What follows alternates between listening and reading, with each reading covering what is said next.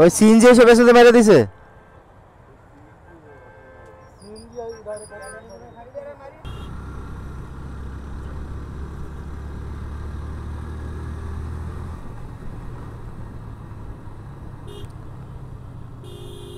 এই যে সামনে ভাইয়ের বাইকের পেছনে একটা শপিং ব্যাগ ঝোলানো আছে।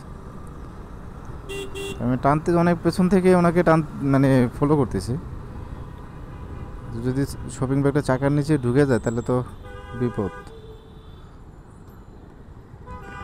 ভাই শপিং ব্যাগটা ঠিক করে রাখেন। ও ভাই ব্যাগটা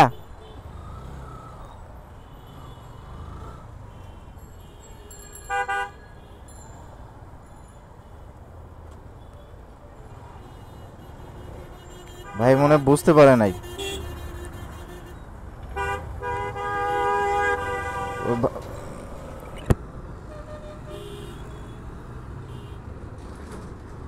ভাই বুঝতে পারে না যে ওনার যে বাইকের বাম পাশে যে ক্যারিয়ারে যেটা ব্যাগ ঝুলানো আছে এটা মানে অল্প একটু আটকায় আছে। আল্লাহ না করে যদি কাঁটাটা ছিঁড়ে বাইকের চাকায় ঢুকে যায় তাহলে তো মানে চাকা ব্লক হয়ে যাবে।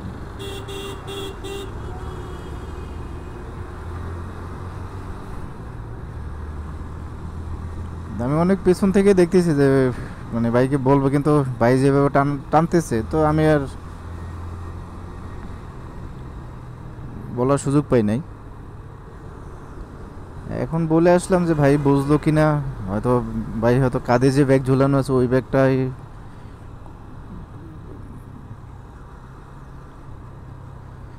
যাই হোক, আমরা যারা এভাবে ব্যাগ ঝুলাই রাখি অথবা হেলমেট ঝুলাই রাখি আমাদের একটু কেয়ারফুলি ঝুলানো উচিত। যে কোনো সময় ছিঁড়ে পড়ে যেতে পারে। ছিঁড়ে পড়ে গেলে বিশেষ করে হেলমেট যদি খুলে পড়ে যায় তাহলে তো অনেক বিপদ। কিছুদিন আগে আমার চাকার নিচে একদম মানে ফুল ব্রেক না করলে চাকার নিচে পড়ে যেত। আর হেলমেট যদি চাকার নিচে পড়ে তাহলে রাস্তায় তো বড় ধরনের দুর্ঘটনা ঘটবে। যাই হোক, যারা এই টাইপের ব্যাগ ঝুলান অথবা হেলমেট ঝুলাই রাখেন একটু শক্ত করে বেঁধে রাখবেন, এতে করে। এখানে আবার কি হইলো?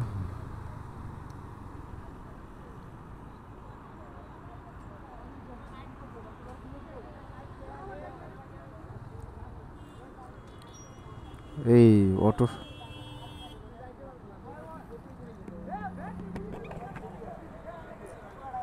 কার সাথে লাগছে? সিএনজি আর অটো?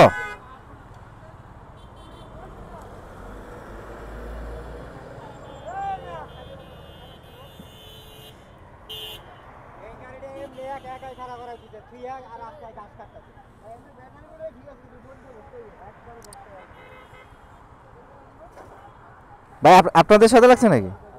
বাইক লাগছে?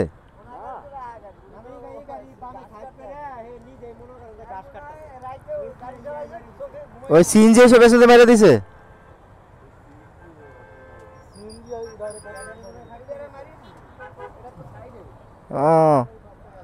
ক্ষতি তো দুইটারই হয়েছে, অটোটার ক্ষতি হয়েছে, সিএনজির ক্ষতি হয়েছে।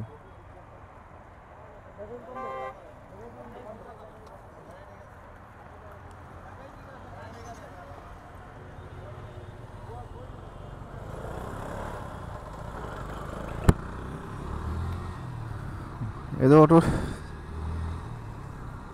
অটো রিক্সাটা বাম পাশে দাঁড়ানো ছিল আর সিএনজিটা এসে পেছন দিয়ে অটোটা মেরে দিচ্ছে। ভাগ্যিস কোনো যাত্রী ছিল না, দুইটাই ফাঁকা। অটো রিক্সাতেও কোনো যাত্রী ছিল না, সিএনজিতেও কোনো যাত্রী ছিল না। ড্রাইভার কি ঘুমায় গাড়ি চালাইলো কিনা আল্লাহ জানে। হয়তো এখন ফাঁকা রাস্তা, হয়তো চোখে অনেক ঘুম ছিল, এই কারণে